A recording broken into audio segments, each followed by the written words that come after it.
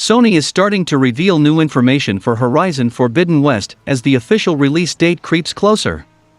A new PlayStation blog post from some of the developers at Guerrilla Games speaks in depth about the new gear and abilities, combat techniques, and challenges that Aloy will use in Horizon Forbidden West. The blog post was written by Bo DeVries, the community lead at Guerrilla, and goes into detail about the studio's intentions when building Horizon Forbidden West and what they expect fans to do in the world. Guerrilla Games is focusing on more dynamic interactions and adding new layers for players to go about traversal, combat, and puzzle solving. In the gameplay trailer, you'll have seen Aloy using a variety of new tools in the Forbidden West. Building upon the foundation of Horizon Zero Dawn, we have added a number of new ways to move through the world, says David McMullen, lead systems designer at Guerrilla. Aloy can climb freely on and across huge sections of rocky terrain. Even more machine types can be used as mounts. Grapple points can be found throughout the environment, which allows agile vertical traversal. Swimming underwater has opened up a whole new aspect of exploration, and gliding with the shield wing provides the ultimate view of the beautiful world of Horizon Forbidden West, not to mention a quick way down from great heights. The traversal design decisions were always in service of increasing dynamic interactivity with the world around us. This could be to empower the player to manipulate and destroy their environment with a tool like the Poolcaster, or grapple launching into a glide with the shield wing to set yourself up for a strike from above. What excites me most is how the mechanics, new and old, synergistically interact with each other to provide varied and dynamic approaches to any scenario. Traversal puzzles won't always have a binary solution, as it will encourage players to experiment and have fun with the new tools. Horizon offers a variety of challenges, regardless of playstyle or skill. The DualSense wireless controller is heavily featured throughout the mechanics. From the scrape of rubble as you push a crate, to the sensation of an unraveling winch as you use the Poolcaster with the increased adaptive trigger tension as we pull. They've also added extra tactile dimensions to increase both the gameplay value and the feeling of being part of the world Aloy is moving around in. These can be subtle as the sensation of grass brushing around us to indicate you are entering stealth grass, or the pop of the adaptive trigger as you reach maximum draw with a bow. The game even used the absence of adaptive tension to help communicate when we're out of ammo. The free climbing system in Horizon Forbidden West is a huge feature I am extremely excited about, as it has allowed the devs to make large sections of the terrain climbable, where it makes sense visually and narratively, in a way not previously possible in Horizon Zero Dawn. Rocky surfaces in these areas are freely climbable without the use of tribal handholds. Another addition was the high-volt traversal mechanic, which essentially allows Aloy to hoist herself on top of any object of jumpable height with room to pull up. Combined with the ability to free climb and adding grapples to our environment, the potential for exploration is greatly increased. Two other reveals from the Horizon Forbidden West gameplay trailer that have fans, and Guerrillas, very excited are the previously mentioned Poolcaster and Shield Wing, new tools at Aloy's disposal to make her more agile during both exploration and the inevitable battles she'll be fighting in the West. The Poolcaster is a mechanical wrist-mounted device with two separate functions.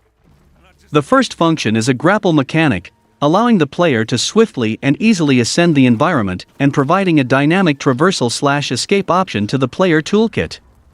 When grappling, the player can activate the launch, throwing them into the air, where they can grab a higher ledge, fire their bow, glide, strike from above, or even grapple to a further point.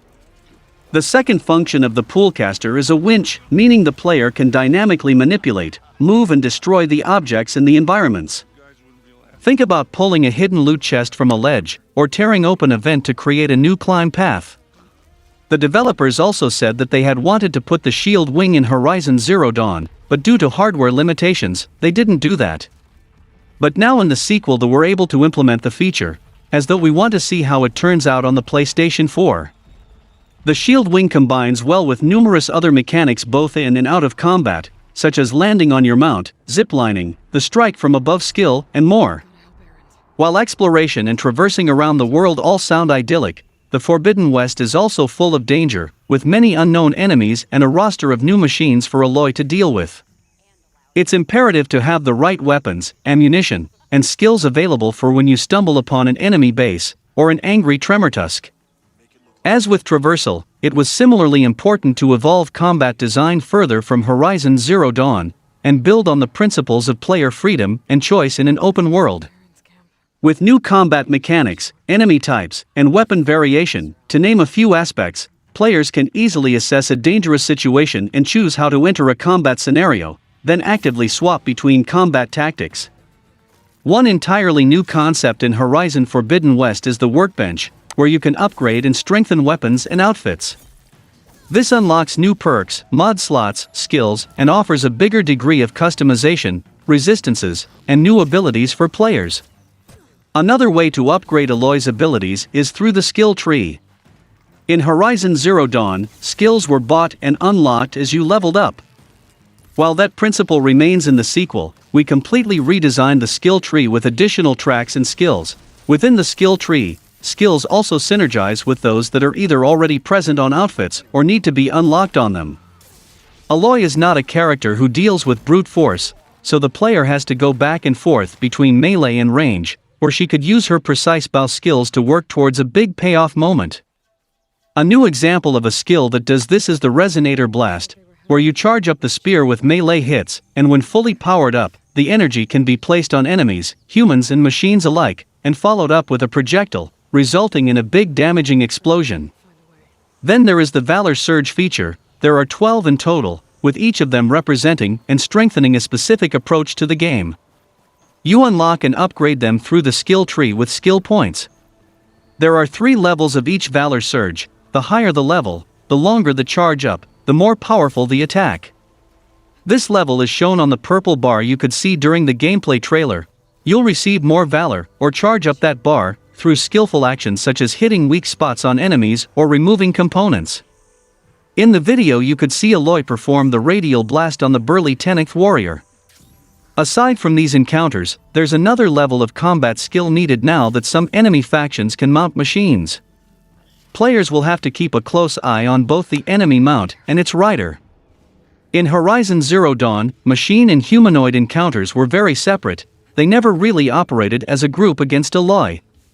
The world has changed in Horizon Forbidden West, with more danger, more enemy factions, and more machines, and they can now fight together in groups, which poses a real challenge for our hero.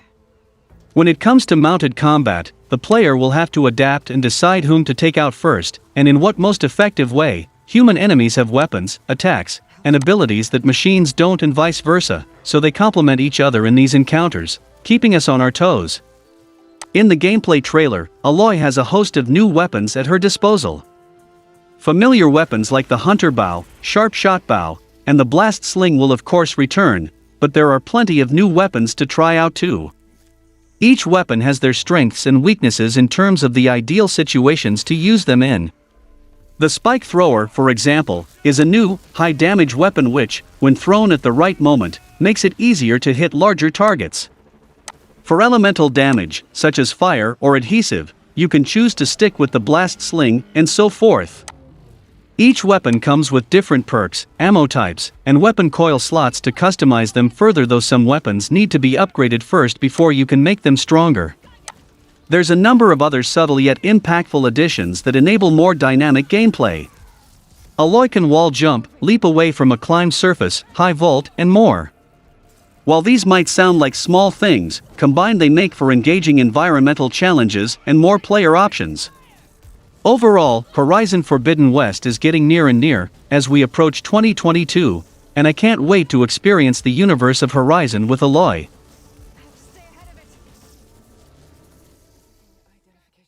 Time looping games have seen quite the rise in popularity in the last couple of years. Indie darling Loop Hero took the internet by storm, letting players loop through a world that was created in real time by the player, making it both more difficult but rewarding for as long as the hero could hold out. After a delay, the PS5 exclusive Deathloop launched to stellar reviews both from critics and players who were finally able to experience the looping gameplay and familiar Dishonored elements. However, in 2021, the most notable time looping game is likely Returnal, a PS5 exclusive created by the new Sony first-party studio known as Housemarque. The game took familiar roguelike elements and mixed it with story and fast-paced arcade action. The game became a huge hit, and provided us an example of roguelike games combined with heavy storytelling and lore. After months of waiting and quarreling from people that are unable to finish the game over the months, Housemarque has added a suspend cycle to the Returnal as part of its major update 2.0 patch. Essentially, this new feature allows players to pause the cycle they're currently on and pick back up at a later time. While this isn't the same as a traditional save game option, Returnal simply creates a single-use suspend point from where the moment the player leaves off, at which point it is used up, forcing players to create another new one before quitting. Progress can't be suspended from certain parts of the game like boss battles, during cinematics, first-person segments, or during combat. As exciting as that may be for fans or potential players still on the fence, this update also adds another major community request with photo mode. Outside of first-person sequences, PS5 players can pause Returnal to select photo mode, giving them full control of the camera.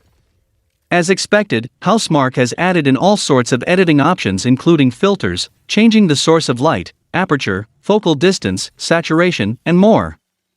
This update should no doubt push fans to return to the action roguelike once more, especially those players who have been holding out until a save system could be added. The game's popularity pushed it to be one of the most downloaded games in April 2020, even though it released right at the end of the month. That level of success is likely what caught the eye of Sony, who officially purchased the Finnish developer this past June, officially bringing it into the PlayStation Studios family. Returnal also won Game of the Year at the Develop Star Awards, and I hope it does win overall Game of the Year. Speaking of PlayStation, we should talk about the state of play, which was disappointing. Aside from 3 games, that includes Little Devil Inside, which is the highlight of the show, and Five Nights at Freddy's and the Among Us-like game. This is a state of play, and Sony announced that they will be focusing on third part on this one, but the titles they showed, at least 2 games in that should have been big games. But it is what it is, and I'll give it a score of 3 out of 10. Now let's dive into the state of play reveals. Back in 2016, Suda51's free-to-play roguelike Let It Die gained something of a cult following on PS4 and PC, with 7 million players reportedly having checked out its zany antics since then. Fast forward to the present, and it was confirmed out of the blue at the start of Sony's state of play that the franchise is expanding thanks to Super Trick Games. Fueled by a reality TV-inspired aesthetic and the dark humor that was found within the original game, Deathverse Let It Die is a unique melee-based take on the ever-popular multiplayer survival action genre. Set to launch next spring on PS4 and PS5, this unexpected sequel will mirror its forebear's footsteps by also being free-to-play. After that, announced back at this year's E3 for PC, it was confirmed during the latest state of play that We Are OFK will also be heading to PS4 and PS5, via a fourth-wall-breaking trailer. Centering around the real-life indie pop band OFK, the music biopic game promises to be an interactive episodic adventure that explores the group's challenging quest to bring their debut EP to life. Featuring all manner of topics from dating to paying rent in Los Angeles, the Making of Style title will launch alongside the record at some point in 2022. There's no denying that Life is Strange took the adventure game genre from the beginning. As a whole, the franchise is considered a cornerstone of the genre for its masterful storytelling and gripping characters. In fact, it sort of seems like Life is Strange is responsible for broadly reinvigorating its genre. Among a few other adventure games in development, We Are OFK plans to deliver a music-centric adventure experience to PlayStation fans. Originally revealed during the Game Awards 2020, We Are OFK tells the story of a young group of musicians trying to establish their careers in Los Angeles while struggling with emotional issues like self-doubt and heartbreak. We Are OFK particularly shows the impact of Life is Strange on the game industry and the adventure genre.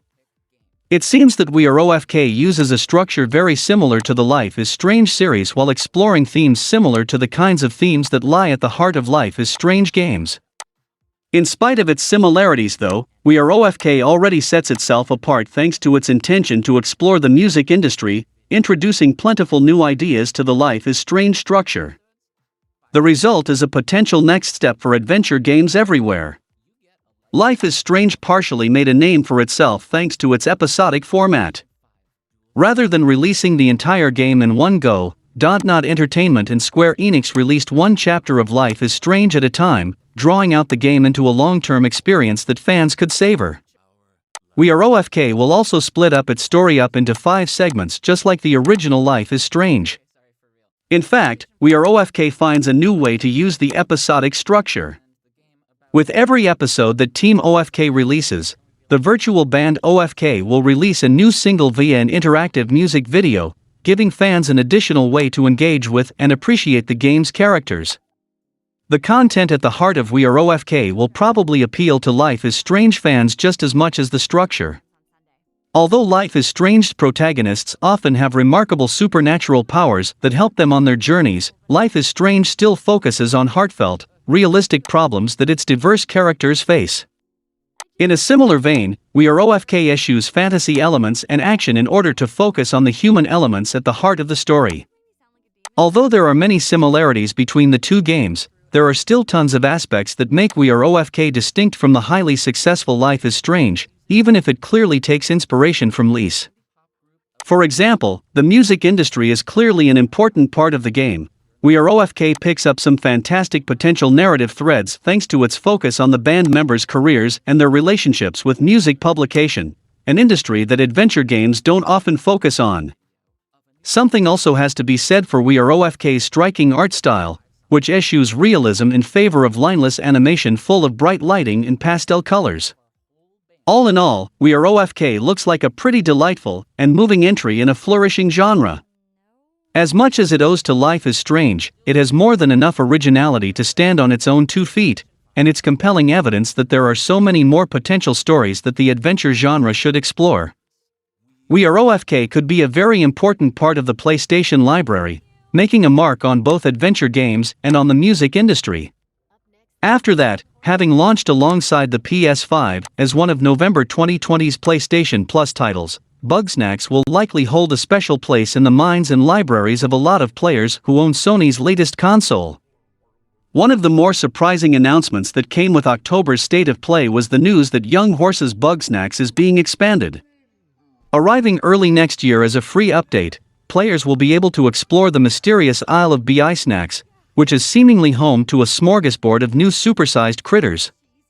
What's more, a number of other additions have been promised for good measure too, with an ability to now decorate the player's Snacksburg home. When the PlayStation 5 was released last November, one of the surprise hits for the system was console-exclusive Bugsnax.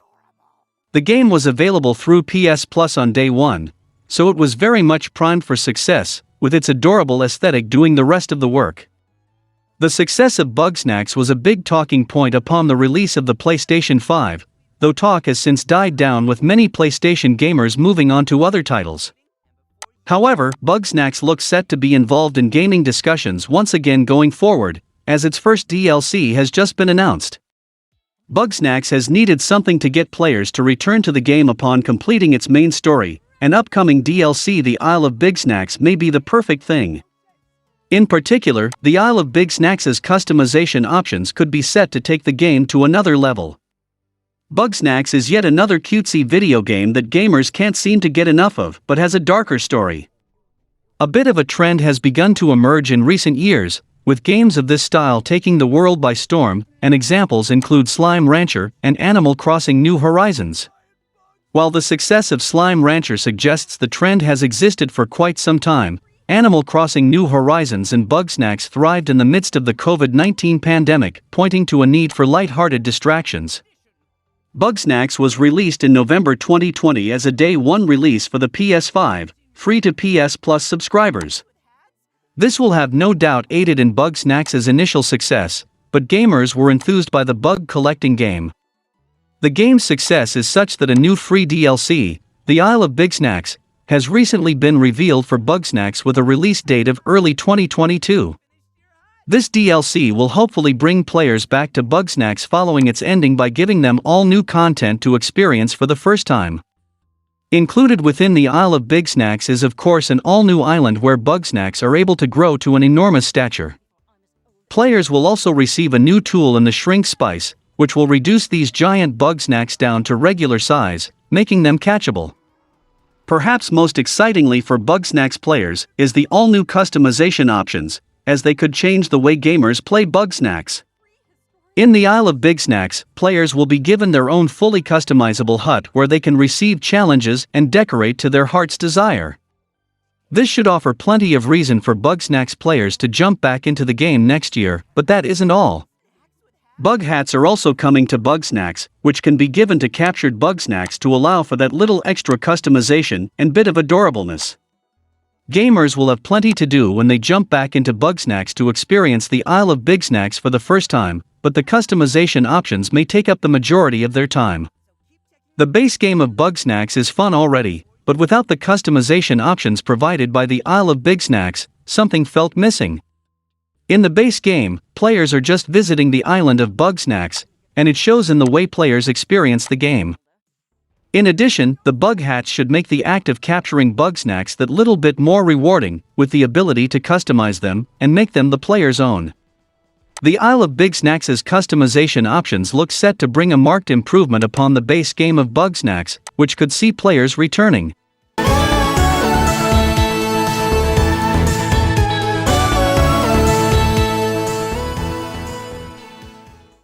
Considering Halloween is only a few days away at this point, it wasn't all that surprising to see Five Nights at Freddy's Security Breach featured during Sony's latest State of Play. Having already served up a number of jump scares within some of the publisher's other recent presentations, this latest showing offered the best look at the game's spine-tingling gameplay in action, which brave fans can dive into for themselves when it arrives on PS4 and PS5 on December 16th. Back in 2014, a little-known indie game called Five Nights at Freddy's took the horror world by storm, skyrocketed the series and its creator into overnight success. With the first FNAF game celebrating its 7th anniversary, there is seemingly no slowing down the killer animatronic nightmare fuel, as the newest game is due for release. With that, a gameplay trailer was dropped recently, which shows some footage from the game itself as well as the official launch day. Called Five Nights at Freddy's Security Breach, this latest installment in the franchise is set in a glam rock, 80s-style version of the Freddy Fazbear's Pizza restaurant. The footage also shows some brief, yet eerie, moments from the game, as well as the characters. Security Breach will feature a number of animatronic antagonists, such as Glamrock Chica, Montgomery Gator, Roxanne Wolf, and of course a glam version of Freddy Fazbear himself. With the franchise's original creator Scott Cawthon retiring following political controversy, Steelwool Games are developing the new title, who have collaborated with Cawthon in the past on FNAF game, Help Wanted, which released physically last December. Help Wanted is a virtual reality installment in the creepy horror series, which had 40 minigames as well as updated versions of the first 4 titles, as well as the spin-off, Five Nights at Freddy's sister location. While the original games are known for their stationary gameplay mechanics, in which players typically stay in one location and check security cameras for approaching animatronics, the later games do deviate, allowing players to actually wander around. The first Five Nights at Freddy's game is a genuinely intense experience, causing untold panic in the community as players struggle to keep an eye on the demonic puppets to survive each night. Judging by the Security Breach trailer, the new game will involve players actually moving around the restaurant, distracting the animatronics, and keeping out of their sight. Although FNAF Security Breach was delayed a while back, fans will be pleased that the new title now has an official release date. The popularity of the series has dwindled a little over the years, but it's still a relatively new franchise, still yet to reach double figures. With the newer games and spin-offs altering the original gameplay format, which may have started becoming stale to some, it will be interesting to see whether this latest installment will bring it back into vogue. Have an awesome night, and we'll see you again soon. Would you like to take a short survey about your experience? Up next, Death's Door is coming to PS5, and it has the opportunity to become the definitive version of the game if it can make good use of the system. While some have cited yesterday's State of Play to be something of a dud, there were still plenty of great announcements to come out of it. One of the most exciting pieces of news for PlayStation owners is that Death's Door will be making its way to the platform towards the end of November. The indie game has been called one of this year's best, with many fans already saying that it's their personal game of the year, so when it was released without a PlayStation version, PS4 and PS5 owners were feeling a little bit left out. Now that it's headed to the PS5, Death's Door has the opportunity that all games coming to the console have to make the most out of the PlayStation 5's exclusive features and stand out from the PC, Xbox, and Switch versions. Ever since it was revealed, the PS5 was marketed to give players a gaming experience unlike anything they've had before, and Death's Door certainly has the potential to add to the pile of cross-platform games that are best experienced on the PS5. While both the Xbox Series X and the PS5 feature SSDs, as opposed to the much slower hard drives of last generation, the custom drive and the newest PlayStations have been outspeeding those included in the Series X and S. While the difference is pretty negligible, load times can really impact the experience of playing a challenging game like Death's Door. Even the most seasoned players will catch themselves dying frequently as the game ramps up its difficulty in the second half, so being able to get right back into the action after the death screen ends will make the experience of playing the game a lot more seamless and make dying less of a frustrating wait. There are plenty of excellent features exclusive to the DualSense for studios to use to change a game's experience, and the 3D audio has the opportunity to enhance Death's Door's world greatly. As the story of the game is pretty minute, the atmosphere of the environments is where a lot of the game's feel comes from. Those unique corners of Death's Door's world would be made even more memorable by taking some of the audio design elements out of the general mix and making them come from the controller. Even if it's as simple as highlighting the small sounds of the crow's footsteps like in Astro's Playroom, the 3D audio can do a lot to get players truly engrossed in the game world. The other DualSense feature that will likely impact the way Death's Door is experienced on the PS5 is the controller's haptic feedback. The varied vibrations and rumble settings do a lot to enhance a game's literal feel, and Death's Door features plenty of different animations, attack types, and weapons, all of which could be made to feel truly unique.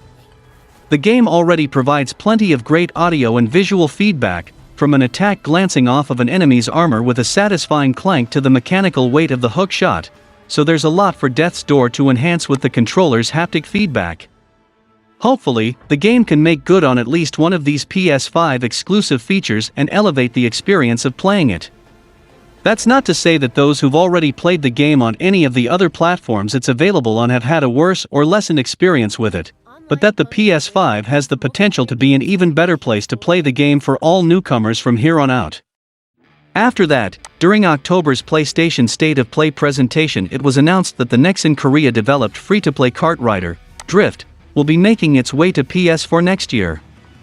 Featuring an almost Mod Nation Racers-esque level of character and kart customization, players will be able to sign up and try their hand at its mechanics and circuits via a closed beta that starts on December 8th.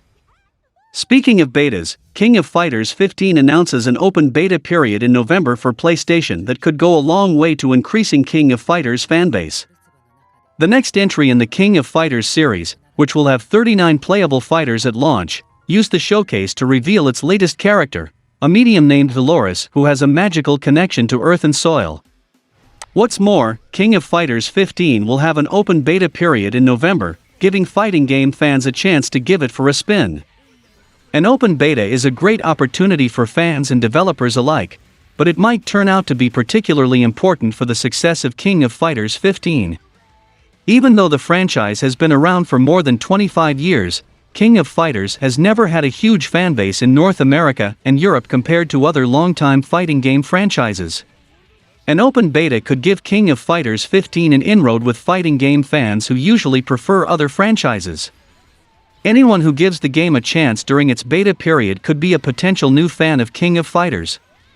King of Fighters undeniably has its fans. It's famously successful in Latin America, and it has a huge fanbase in China as well. Even so, when King of Fighters gets compared to other major fighting game franchises internationally, it's relatively niche. Street Fighter is the historic champion of the arcade fighting game market, meanwhile the likes of Tekken, Super Smash Bros., and Mortal Kombat additionally dominate console sales. King of Fighters may have given developer SNK a path into the genre, but globally speaking it has never really managed to outperform other franchises. That's why King of Fighters 15's open beta is so important. SNK isn't aiming this open beta at the franchise's traditional core regions. It's an international test that invites anyone and everyone to give King of Fighters a try during weekend of November 20th. Triangle Strategy's highly successful demo and a series of Halo Infinite beta tests are just two examples of how early access sparks conversations about an upcoming game. With those examples in mind, SNK is wise to try wooing fighting game fans with a King of Fighters 15 beta. SNK's fighting game series deserves to be an international star. Although it may be considered niche compared to Street Fighter or Mortal Kombat, King of Fighters has left its mark on the genre. For instance, it was the first to pioneer teams of 3 characters as a core gameplay mechanic, something that games like Jump Force and One Punch Man, a hero nobody knows, emulate. It'd be great to see King of Fighters enjoy a surge in popularity through King of Fighters 15, potentially spreading its dynamic team-based combat to new audiences and inspiring more games. This entry really could be King of Fighters' next big break, and not just because of the beta. Super Smash Bros. Ultimate added Terry Bogard to its roster as a King of Fighters and Fatal Fury representative, adding one more fighting game franchise to Nintendo's party fighting game. Because of that boost in visibility, there's a lot more knowledge about King of Fighters out there that could impact King of Fighters 15. Anyone who loves fighting games but first learned about SNK's work through Smash should keep an eye on the upcoming open beta. There's no better opportunity to try this storied but somewhat obscure franchise. This summer, it was announced that Invisible Wall's First Class Trouble would be making its way to PS4 and PS5, after having launched in early access on PC in April.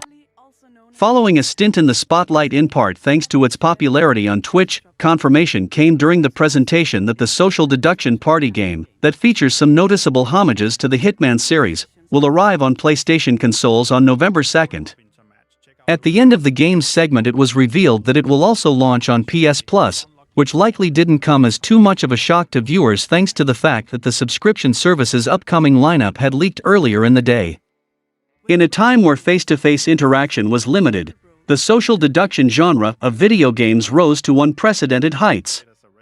One title in particular, Among Us, became not just a video game phenomenon but a cultural one as well. It was easy to understand and play, which made it very accessible for everyone. Many games have tried to capture the same magic that Among Us had, but with limited success. The latest of these, First Class Trouble, received a new trailer during Sony's October State of Play showcase. In order for First Class Trouble to stand out from Among Us and other competitors, it needs to lean into its uniqueness. While Among Us is undoubtedly an excellent game that is a ton of fun with friends, it still feels like a video game. That is, there's no narrative beyond just finding the imposter. The story of games like Among Us so far has been the funny and surprising moments associated with playing them. This omission might not mean a lot to some fans of social deduction games, but others are craving a much more immersive experience to get them even more into their role of survivor or imposter. First Class Trouble seems to be attempting to fill this narrative-based gap in social deduction games, and that could help it find success. Already setting itself apart from its competitors, First Class Trouble has fairly extensive lore and world building to set up the gameplay. The plot revolves around a luxury spaceship's AI called Kane malfunctioning and attempting to kill all humans aboard the ship. Kane is also in control of several androids known as personoids, who are completely obedient to the human's command. This lack of freedom and distasteful use of the personoids by humans caused Kane to intervene. By the time a match starts, Kane had already eliminated all but 12 humans on the ship. Now it is up to these survivors to reset Kane, but they will need to work together despite several compromised personoids attempting to kill them. Even this fairly limited introduction is plenty more than what games like Among Us have for their narratives. First Class Trouble's narrative is also vague enough to allow players to make their own stories as they could in Among Us. The difference just comes down to presentation. There is a clear purpose and antagonist in First Class Trouble whose motives are understandable, but whose actions are not. The imposters of Among Us have unknown motives for killing the crewmates, alongside being of an unknown species. This makes it much easier to step into either the role of a personoid who just wants the freedom to live their life and a resident who wants something similar. This narrative-based social deduction could also be implemented in the game's tasks and goals for each role. It seems likely that the standard tasks such as putting out fires and keeping the lights on will be in the game, but developer Invisible Walls could also use these to expand the world building even more. Perhaps a resident's task would require them to attempt communication with humans outside of the ship, for example. A personoid could similarly have a task to communicate with Kane, which would allow for an even better understanding of the character. Just like the influx of Battle Royale games after the success of PUBG and Fortnite, any social deduction games following in the footsteps of Among Us will need to do something unique to set itself apart.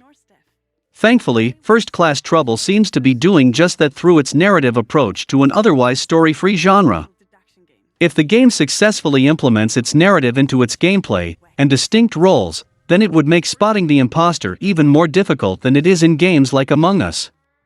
This is due to it being a lot harder to argue that one role is objectively good or evil, as both teams just want freedom, but have very different methods of getting it.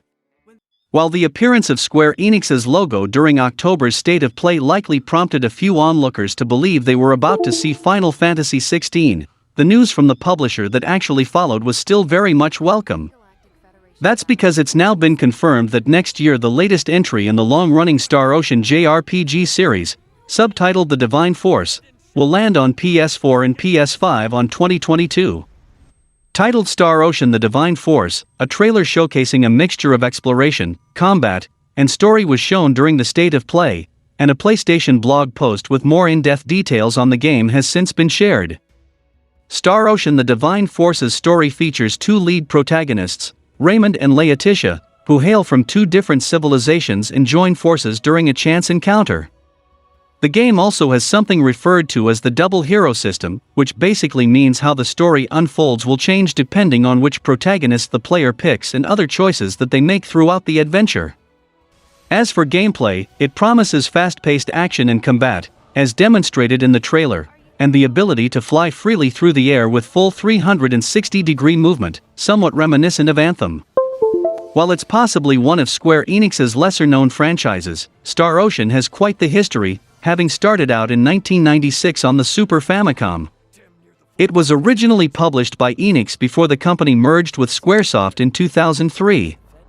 The first game initially only released in Japan, but the series would find itself a home in the West starting with the sequel, Star Ocean, the second story for the PlayStation 1. With the exception of Star Ocean, Blue Sphere for the Game Boy Color, every entry in the series has made it to the West. The new game is once again being developed by Tri-Ace, which has handled the entire Star Ocean series since its inception. While Square Enix is the series publisher, Tri-Ace itself is not a subsidiary of Square Enix, and has collaborated with other publishers, such as Sega, which published Resonance of Fate. It is currently owned by Japanese mobile game company Nepro Japan. Despite the acquisition, the studio continues to make console games.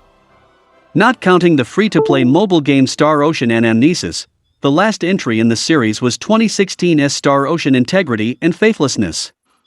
And it's a darn good thing that Star Ocean is getting another shot, because after the disaster that was Star Ocean Integrity and Faithlessness, fans were worried that Star Ocean hadn't performed well enough to merit any further entries. The main Star Ocean games since the third main entry, Till the End of Time, have all been controversial in some way. Whether it's due to unpopular story decisions, poor localization, screwing up systems that were once good, or just generally failing to live up to the second entry, Star Ocean has been a mire of disappointment for over a decade. Star Ocean The Divine Force marks the chance to start again, and it seems that the game is designed with this in mind. The Divine Force is not a reboot, as it has already been firmly dated as taking place shortly after the events of Star Ocean Integrity and Faithlessness. However, it is rebooting the series in a spiritual sense, making it more of an action game than ever before. Where previous Star Ocean titles had maps designed like any old RPG, this entry takes after the sprawling vertical worlds of Xenoblade. What little has been shown so far seems to match Xenoblade's enormous areas, and players even get a jetpack of sorts to fly around them. This alone is a huge change and will add a lot of depth to the exploration and possibly even combat if players are encouraged to fight with flight in mind. Star Ocean The Divine Force also looks to more organically fuse the series' trademark science fiction and fantasy elements. The first 4 party members introduced in the State of Play reveal trailer are evenly split between a spacefaring duo and a pair of armored knights. With the setup for a stranded spacefaring crew on a technologically backward planet, the Divine Force will integrate Star Ocean's core tenets of dual genres into its visuals and plot. This is a great idea to introduce a new generation of gamers to Star Ocean, and as long as Star Ocean the Divine Force can keep itself composed, it should make progress on fixing the franchise's reputation. Commemorating the 25th anniversary of the original 1996 Star Ocean game, this newest title features an array of beautiful sci-fi-themed open-world locales, deadly monsters, and 2 distinct protagonists for players to control during their quest amongst the stars. And finally, the presentation was ended with Little Devil Inside. The development of Little Devil Inside has been a journey. Originally announced in 2015, a Kickstarter led to the action-adventure game's scope being increased dramatically. Years later, Little Devil Inside shifted to being a PlayStation console exclusive, and even now Little Devil Inside's development continues without a release date. That said, Little Devil Inside continues to grow closer and closer to its approaching launch. Its latest trailer, shown during Wednesday's PlayStation State of Play, reveals the most in-depth look at Little Devil Inside yet. Little Devil Inside's October 2021 State of Play trailer provides a closer look at the action-adventure game's world map. Imagine a JRPG style of overworld map, a miniaturized version of the world allowing for faster traversal across long distances. Little Devil Inside's world map features a tilt-shift effect that lends it a realistic appearance, but then displays characters as toy figurines or board game meeples. It's very nostalgic while still very modernized. Players will be able to traverse the world map of Little Devil Inside freely, regardless of where the story or the current mission points them towards. They can walk, use a train, ride a horse, or utilize vehicles as available. There's no word on an airship, but Final Fantasy fans are certain to be hoping for one. Developer NeoStream Interactive describes Little Devil Inside as a game that is not about leveling up as quickly as possible, so exploration is going to be encouraged. From the world map, players will wander into 2 different types of encounters. The first is the familiar, like entering a town in Final Fantasy VII. It shifts players to a real-time gameplay scenario where all real-time actions including combat will be available. The other is unique in that it's not a full shift away from the map. These mini-encounters can involve dialogue, a hazard on the map, or other small but intriguing interactions. It's an exciting feature, allowing for small and quick narrative and gameplay moments. The trailer also provides a great opportunity to introduce potential Little Devil Inside players to the game's tone and humor. There's more to protagonist Billy and the world of Little Devil Inside than just combat and determined questing. Along with Little Devil Inside's June 2020 trailer, PlayStation gamers and others have gotten a great introduction to setting, style, and gameplay of the action-adventure game. The most striking thing about Little Devil Inside is certainly its presentation. When exploring the open world, the game's characters become little jelly bean shapes more reminiscent of a traditional Matryoshka doll than a human. The characters wobble around the stunning handcrafted world at a snail's pace. They simultaneously fit in perfectly while also standing out as somewhat odd and funny creations. Once the player interacts with another person or object, the game's style shifts into what has been showcased thus far, a rather simple, but still comedic view of the characters.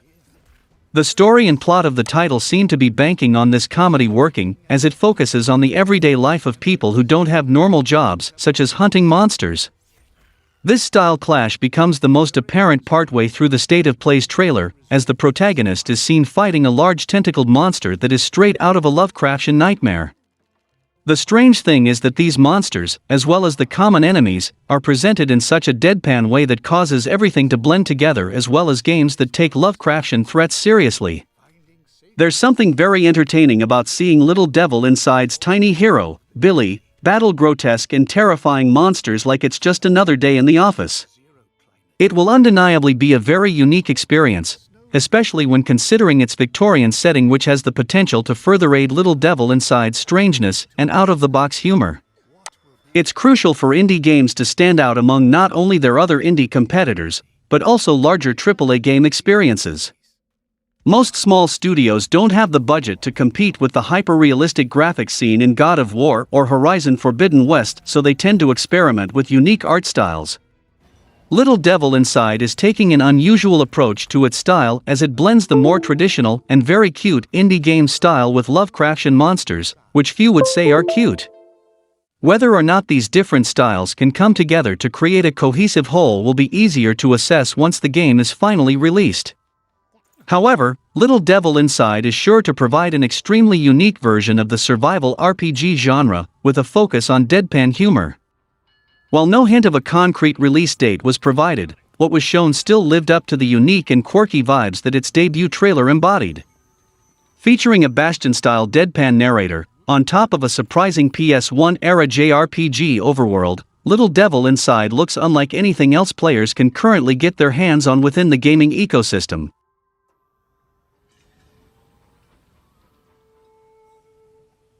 Moving forward, after almost 30 years, Persona and Shin Megami Tensei composer Shoji Meguro departs Atlus to develop an indie game. Since the release of Persona 5, beloved Japanese developer Atlus has undergone several major changes that have heavily affected the trajectory of the series going forward. One of the biggest internal changes comes from many of the key developers of the Persona franchise moving on to other projects or outright leaving the company, such as how many of the Persona 5 team are currently working on Project Re-Fantasy. A few days ago, longtime Persona and Shin Megami Tensei series composer Shoji Meguro has announced that he has left Atlus to work on an independent sci-fi JRPG. Shoji Meguro joined Atlus in 1995, and got his start at the company as a composer for Revelations, Persona, the very first installment in the now beloved Persona franchise, alongside 3 other artists. While Meguro would not return for Persona 2, Innocent Sin and Persona 2 Eternal Punishment, his track Aria of the Soul would become a series staple, now iconic as the music that accompanies the Velvet Room in almost every Persona game. Instead, Meguro was contributing to titles such as Shin Megami Tensei 3 Nocturne, Shin Megami Tensei Digital Devil Saga, and Trauma Center Under the Knife. In 2006, Meguro returned to the Persona series with the soundtrack for Persona 3, which would go on to become a major success notably due to its J-pop-inspired music. The soundtrack for Persona 3 alone sold over 100,000 copies in Japan. During his work on the music for Persona 4 and Persona 5, Meguro would win numerous awards and perform the game's music at many stadium shows in Japan. Shoji Meguro even went on to direct the remakes of Shin Megami Tensei Persona and the Persona 2 games for the PSP, making his debut as a video game director. It's likely due to this that Meguro announced today that he departed Atlus in late September to finish work on a science fiction JRPG that he has been developing on his own on Unreal Engine 4 for the past 5 years. The game is currently known as Megarock and will be showcased at the upcoming Indie Live Winter 2021 showcase on November 5th. An important thing to mention is that Meguro has confirmed that he will still contribute to Atlus projects as a freelance video game composer. While Meguro has already contributed to in-development projects like Project Re-Fantasy, which is being headed by most of the team behind Persona 5 including game director Katsura Hoshino, leading a new internal team known as Studio Zero, it seems increasingly likely that the next Persona game will be a new beginning for the series. Given that a lot of the series veterans have moved on, having worked on Persona 3, Persona 4, and Persona 5, it's likely that Atlus is planning to give Persona 6 to a new internal team, which could be what the series needs to breathe new life into it heading into a new generation. Even though Shoji Meguro is departing from Atlus after over 2 decades of composition, that doesn't mean he's done composing music, or with games in general. In fact, Meguro is leaving Atlus specifically to chase the passion of developing indie games, something he describes as a passion project he's been working on for the last 5 years. Meguro also made sure to state that he still intends to work with Atlus on a freelance basis, hoping fans who were concerned about the sudden announcement will feel relieved. Meguro's in-development title will receive its first trailer during the Indie Live Expo 2021 winter event happening on November 6th. Shoji Meguro may not be retiring from his work as a composer anytime soon, but this is certainly the end of an era for the revered musician and developer. Meguro played a huge part in Persona's renaissance and burgeoning popularity, creating some of the most unique and diverse sounds in video games. Even Shin Megami Tensei's previously traditional JRPG sound started to reshape and change thanks to Meguro's efforts on Shin Megami Tensei 3 Nocturne and onward. Meguro's orchestrations have quickly become some of the most iconic video game soundtracks of all time, and it'll be exciting to see what Meguro's future work is like in this next chapter. Speaking of legendary composers, Koichi Sugiyama, composer of some of the most recognizable tracks in the history of Japanese RPG titles, dies at the age of 90. There are many factors that contribute to the success of the Dragon Quest titles, from their anime-inspired art style to their comfortable RPG mechanics. But one of the biggest draws has always been the soundtracks, composed since the beginning by Koichi Sugiyama. But the era of Sugiyama composing for Dragon Quest, or anything else, has come to an end. Koichi Sugiyama is dead at 90. He died on September 30th of septic shock, and his funeral was a small, private affair. His works include every piece of music composed for every Dragon Quest title, comprising over 500 songs total, in addition to other titles for Square Enix, beginning back when it was simply Enix. He drew inspiration from grand orchestral pieces and opera, pioneering music not heard before during the Super Nintendo era. His most famous work is most likely the Dragon Quest Overture, one of several video game themes played at the Japanese Olympics. It is instantly recognizable to most players.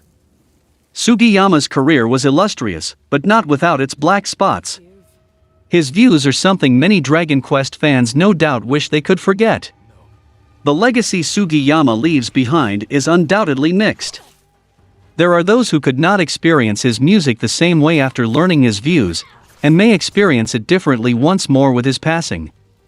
The same drive that drives people to purchase a mega-expensive Dragon Quest chess set may sway them one way or the other.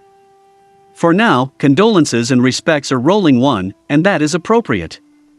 Square Enix's president reached out with condolences to Sugiyama's family, reminiscing about Sugiyama leading an orchestra in playing Dragon Quest music.